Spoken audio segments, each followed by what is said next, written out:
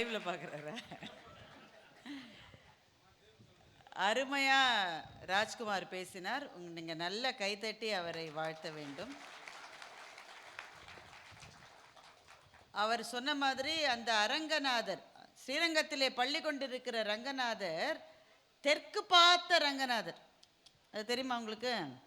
தெற்கு திசையில பார்க்கிறார். பொதுவாக அப்படி இருக்க மாட்டார் பெருமாள். அவர் ஏன் தெற்கு திசையில் பார்த்தார்னு பெரியாழ்வார் பாசுரம் எழுதினார்.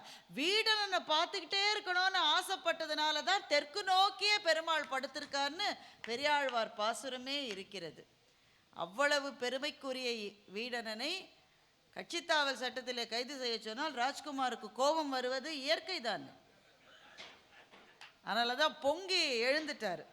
ரொம்ப சிறப்பாக வீரம் என்பது ஆயுதத்தால் வெல்வது அல்ல, ஆன்ம பலத்தால் வெல்வது என்று அவர் சொன்னதை முழுமையாக இந்த அவை பாராட்டுகின்றது.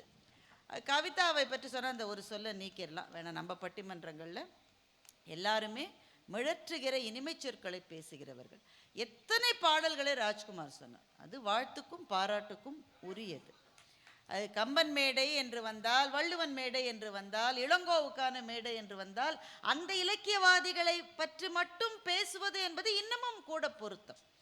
உலகத்தெல்லாம் பற்றி பேசுறதுக்கு நமக்கு மேடைகள் இருக்கு. இந்த மேடைகள் தான் எங்களுக்கு கிடைக்காது, கிடைக்காமல் கிடைத்திருக்கிற மேடைகள். அந்த இலக்கியவாதிகள், அந்த இலக்கியத்தை பற்றி பேசின இதுவரை பேசிய அத்தனை பேரும் இப்போது நிறைவு பேச்சாளராக பேச போகிற கவிதா உட்பட அத்தனை பேருமே அவங்களுக்கு கொடுக்கப்பட்ட தலைப்புக்குள்ளேயே நின்று எந்த தேவையில்லாத ஒரு கதை, தேவையில்லாத ஒன்றும் கிடையாது.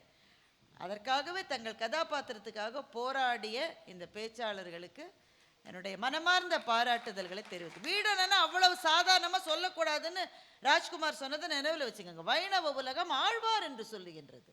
அறம் எங்கே இருக்கோ அதை தேடி போவது தானே அவனுடைய நாட்டுக்கு அவன் கொடுக்கிற மிகப்பெரிய பரிசாக இருக்க முடியும் என்று மிகச் சிறப்பாக சொல்லியிருக்கிறார்.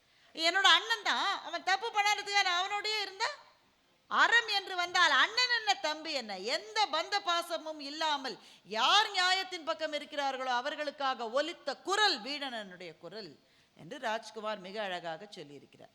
நிறைவு பேச்சாளராக இந்திரஜித்தை பற்றி பேசுவதற்கு கவிதா ஜவகர் அவர்களை அழைக்கின்றேன்.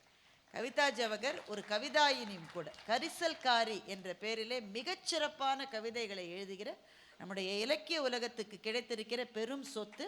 நிறைவு பேச்சாளராக அவர் பேசுகிறார்.